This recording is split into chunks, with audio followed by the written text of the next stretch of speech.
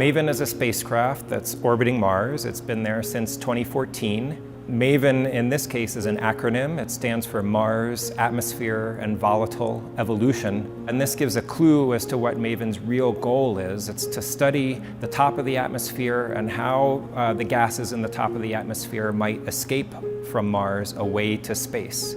So the atmosphere of Mars must have been a lot thicker about 4 billion years ago, and today it's very cold and dry. And Maven is meant to understand the atmosphere as it is today and how it has evolved into this current cold, dry state. One of the things we're trying to understand with Maven is whether a magnetic field for a planet is important for regulating the climate or allowing the planet to keep an atmosphere. Earth has a global dynamo magnetic field. Mars does not, but Mars has an induced magnetosphere. It has an induced magnetic field. The upper atmosphere of Mars is being ionized by solar radiation. And so the electrons are being stripped from the atoms in the atmosphere. When that happens, it turns into what we call a state of plasma. This plasma in the upper atmosphere is very conductive. It leads electric currents to flow through it. Electric currents, they shape the magnetic fields that are around them. And that's actually how we see them with Maven. We take magnetic field data and we map it around the planet, and from that, the currents emerge.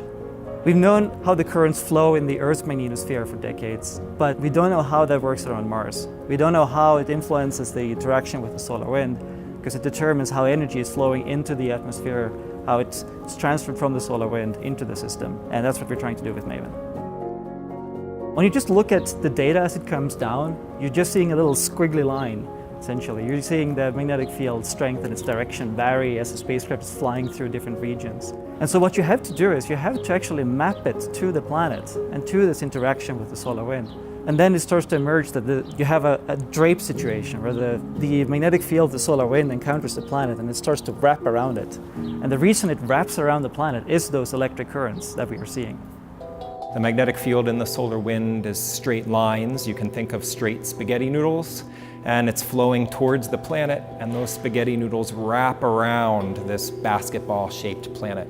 And that's indeed what we saw in the data, the magnetic field lines draping around Mars as a planet. One thing that wasn't so expected was the specific configuration of the electric currents that we derive from the magnetic field data. If Mars is a ball here, it's sort of this cup shape on the day side that loops back on itself, maybe something that looks like this. What wasn't so intuitive to me was the directions of those currents and the fact that it wraps continuously around to the night side, and it makes this marvelously complex current system on the night side as well. This is the first time that we've been able to actually map out the currents. So we can see where the energy is being transferred. We can see what actually forms the underlying mechanisms creating these induced magnetospheres that are not just common here in the solar system, they're 50% of the planets that have them, of the terrestrial planets. And if you want to understand how the atmosphere of Mars and Venus, why they're so different from the Earth, and why they're so different from each other despite both being non-magnetized, we need to understand their induced magnetospheres first. So knowing how these global current systems are configured teaches us about how charged particles near the planet are going to move, both charged particles in the solar wind and charged particles from the atmosphere itself that are in the process of escaping to space.